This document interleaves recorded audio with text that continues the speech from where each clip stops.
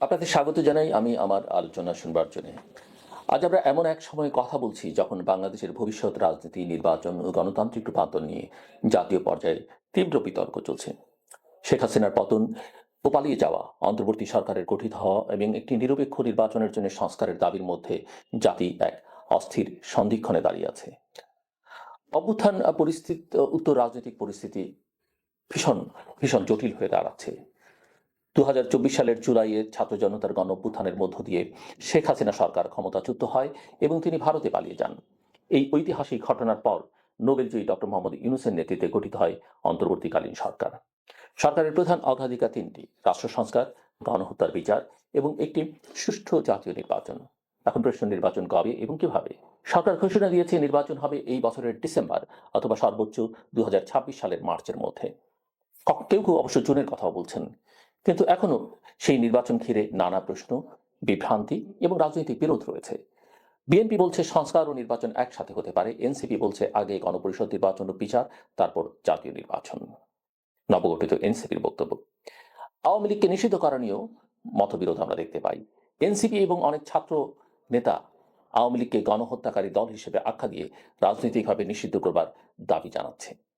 সরকার বলছে দলকে নিষিদ্ধ করবার কোনো পরিকল্পনা নেই, তবে অপরাধীদের বিচার হবে। ভারত এবং আন্তর্জাতিক মহলও নিষেধাজ্ঞার বিপক্ষে। বাংলাদেশ জাতীয়তাবাদী দল বিএনপি এবং সংস্কার কমিশন নিয়েও নানা রকমের বিতর্ক, আলোচনা আমরা শুনতে পাই। বিএনপি সংস্কারকে একটি চলমান প্রক্রিয়া বলে মেনে নিয়েছে, তবে কমিশনের গঠনতন্ত্র ও সুপারিশ নিয়ে তারা আপত্তি জানিয়েছে। দলটি বলছে অনেক প্রস্তাবে অনির্বাচিতদের ক্ষমতা দেওয়ার চেষ্টা আছে, যা গণতন্ত্রের পরিপন্থী। এছাড়া স্প্রেডশিটে অনেক সুপারিশ বাদ পড়েছে এবং লিডিং প্রশ্ন করা হয়েছে। জাতীয় নাগরিক পার্টি নতুন যে দল এবং ছাত্রনেতাদের, কতিপয় ছাত্রনেতার কি অবস্থান? ছাত্রনেতাদের কেউ কেউ বলছে যে নির্বাচনের আগে বিচার ও গণপরিষদ নির্বাচন না হলে নির্বাচনের অর্থ নেই।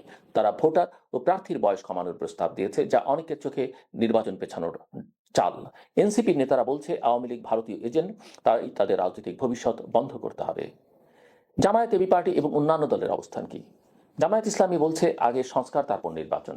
এবি পার্টি চায় গণহত্যার বিচার না হওয়া পর্যন্ত আওয়ামী লীগ নির্বাচনে অংশ নিতে না পারে যেন। তারা গণভোটে আওয়ামী লীগের রাজনৈতিক অধিকার নির্ধারণ করবার প্রস্তাব দিচ্ছে। নির্বাচন কমিশন কি ধরনের প্রস্তুতি নিচ্ছে? জাতীয় ঐকমত্য কমিশন কি করছে? নির্বাচন কমিশন ডিসেম্বরের মধ্যে নির্বাচন করতে চায় আর তার প্রস্তুতিও নিচ্ছে। জাতীয় ঐকমত্য কমিশন রাজনৈতিক দলগুলোর কাছ থেকে মতামত নিচ্ছে এবং দ্রুত সংস্কার বাস্তবায়নের চেষ্টা করছে। তবে অধিকাংশ দলের আপত্তি, অনির্বাচিতদের ক্ষমতা দেওয়ার পিছনে যেন কোনো গোপন রাজনৈতিক এজেন্ডা না থাকে। আমরা কিছু কিছু বিদেশি চাপ এবং ভারত বাংলাদেশ সম্পর্ক নিয়ে আলোচনা দেখতে পাই। ভারত বলছে নির্বাচন যেন ইনক্লুসিভ হয়, কিন্তু বাংলাদেশের ভেতরে ভারত বিরোধী মনোভাব এখন তীব্র। ভারতের কোনো মন্তব্যই দেশের অভ্যন্তরীণ রাজনীতিকে প্রভাবিত করতে পারে এবং হিতে বিপরীত হতে পারে। দিল্লিকে তাই সাবধানে পথ চলতে হবে। গণ অভ্যুত্থানের ৭ মাস পর আজ আমরা এমন এক জায়গায় দাঁড়িয়ে যেখানে ঐক্য প্রয়োজন সবচেয়ে বেশি, কিন্তু দেখা যাচ্ছে ছাত্র, বিএনপি, এনসিপি, জামায়াত, এমনকি সরকারও আলাদা আলাদা অবস্থানে। এই বিভাজনের সুযোগে তৃতীয় পক্ষ বা চক্রান্তকারী গোষ্ঠী ফের মাথাচাড়া দিয়ে উঠতে পারে। তাই এখন দরকার দ্রুত একটি জাতীয় ঐকমত্যে পৌঁছে নির্বাচন, বিচার ও সংস্কার প্রক্রিয়াকে একই সাথে এগিয়ে নিয়ে যাওয়া। রাজনৈতিক দল, সিভিল সোসাইটি ও জনগণের সম্মিলিত অংশগ্রহণই কেবল এদেশের গণতন্ত্র পুনঃপ্রতিষ্ঠা পাবে। গণতন্ত্র কোনো একদিনে গড়ে ওঠে না, এটা সময় ও ত্যাগের ফসল। ৫ আগস্টের অভ্যুত্থান আমাদের সেই সুযোগ এনে দিয়েছে।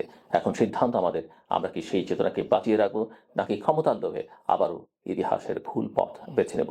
সিদ্ধান্ত আমাদের, ভবিষ্যৎও আমাদেরই। তো আমি যেটা বলতে চাই যে সংস্কার নিঃসন্দেহে দরকার এবং সংস্কার সবসময় বলি এটা never ending process, continuous process. আপনার প্রতিদিনের, আপনার নিজের ব্যক্তি জীবনে, পারিবারিক জীবনে, সামাজিক জীবনে, রাষ্ট্রীয় জীবনে সংস্কার করতে হবে। সংস্কারের মধ্যে সংস্কার এমন কোনো বৈপ্লবিক বিষয় নয় যেটা আপনি হঠাৎ করে দেখতে পাবেন, হঠাৎ করে করে ফেলতে পারবেন।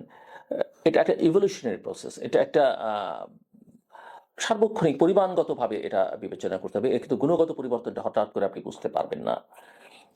সে কারণেই আমি মনে করি যে সংস্কারটা হতে হবে। এবং আমি যে কথা বহুবার বলেছি যে সংস্কারের জন্য একটা ঐকমত্য দরকার এবং সেটা এই সরকারই করতে পারে, ঐকমত্য প্রতিষ্ঠার কাজটা। কিন্তু আমরা এখনো জাতীয় ঐকমত্য কমিশনের তৎপরতার মধ্যে সেটা দেখছি না। এবং একই সঙ্গে একথাও ঠিক যে কিছু কিছু সংস্কার নির্বাচনের জন্য প্রয়োজন। এবং সেই সংস্কারগুলোর সঙ্গে পুলিশ প্রশাসন, সেই সংস্কারগুলোর সঙ্গে আমাদের সিভিল অ্যাডমিনিস্ট্রেশন, সেই সংস্কারের সঙ্গে আমাদের বিচার বিভাগ, এগুলো জড়িয়ে আছে, সেই কাজগুলো করতে পারেন এবং সেখানে জাতীয় ঐকমত্যের কোনো সমস্যা আমি অন্তত দেখি না। এবং সামগ্রিকভাবে বড় ধরনের সংস্কারের জন্য যদি একটা জাতীয় ঐকমত্য আছে আমরা সেটা জানি, এবং সেটা যদি এই সরকার করতে চাইতো, যেটা তারা মুখে বলছে, অন্তর দিয়ে যদি সেটা তারা চাইতো, তাহলে আমি মনে করি তারা যথেষ্ট সময় পেত। এমনকি 2-3 বছর পর্যন্ত তারা সময় নিতে পারতো এবং রাজনৈতিক দল, ইভেন আমি মনে করি বিএনপিও এই সময় তাদেরকে দিত। বড় দল হিসেবে আমি বিএনপির কথা বলছি। কিন্তু তারা যেভাবে দেশ শাসন করছে এবং সরকারের সঙ্গে সংশ্লিষ্টরা যে বয়ান হাজির করছে, রাজনৈতিক, সাংবিধানিক, দার্শনিক, তাতে করে এক ধরনের ভীতির সঞ্চার হয়েছে সমাজে এবং রাষ্ট্রে।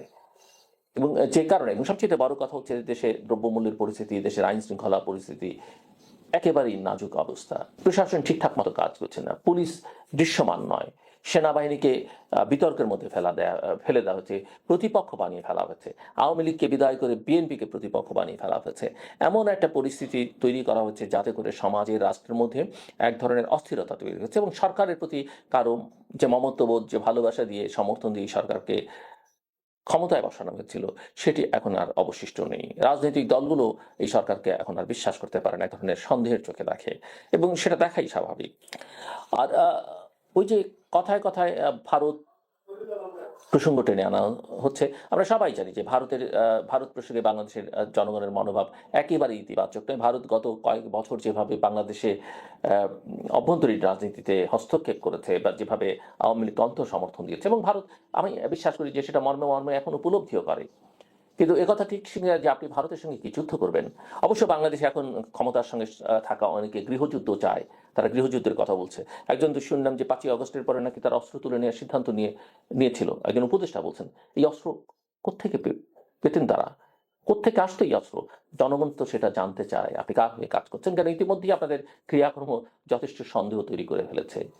আর নির্বাচন ইনক্লুসিভ হতে হবে, এটা নিয়ে কোনো কথা বলবার সঠিক না। আমি বিশ্বাস করি বিএনপিকে, আওয়ামী লীগকে বা অন্যান্য দলকে আমি মোটামুটিভাবে বুঝি, যেহেতু রাজনীতি আমার কাজ, রাজনীতি নিয়েই আমার কাজ, আমার লেখাপড়াও রাজনীতি নিয়ে, আমার প্রাতিষ্ঠানিক শিক্ষাও রাজনীতি বিষয়।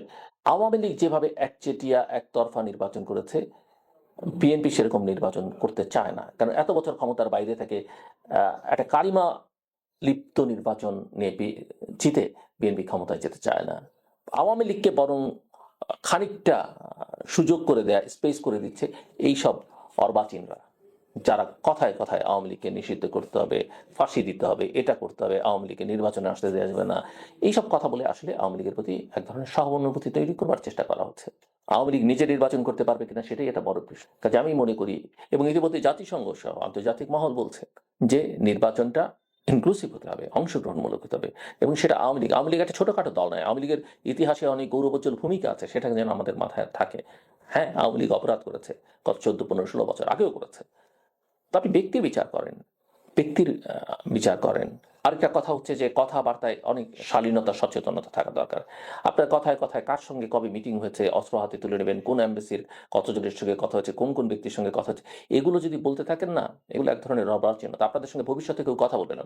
এখানে যত এমবেসি আছে বা ডিপ্লোমেটরা আছে, তারা সব রাজনৈতিক দলের সঙ্গে কথা বলে, শুধু আপনাদের সঙ্গে না। আপনাদের সঙ্গে যখন তারা কথা বলেছে, এনগেজ করেছে, আমি দেখলাম আসিফ মাহমুদ আমেরিকান এমবেসির 4 জনের সঙ্গে তার যোগাযোগের কথা বলছে। আমেরিকান এমবেসি তখন আওয়ামী লীগের সঙ্গে কথা বলেছে, বিএনপির সঙ্গে কথা বলেছে।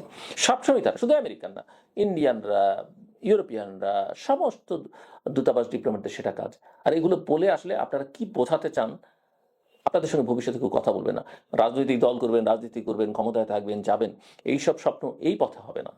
নিজেদের অনেক বদলাতে হবে। বাংলাদেশকে বদলাবার আগে আপনাদের নিজেদের বদলাতে হবে। আমার কথা শুনবার জন্য অনেক ধন্যবাদ। আপনাদের সবার জন্য শুভকামনা।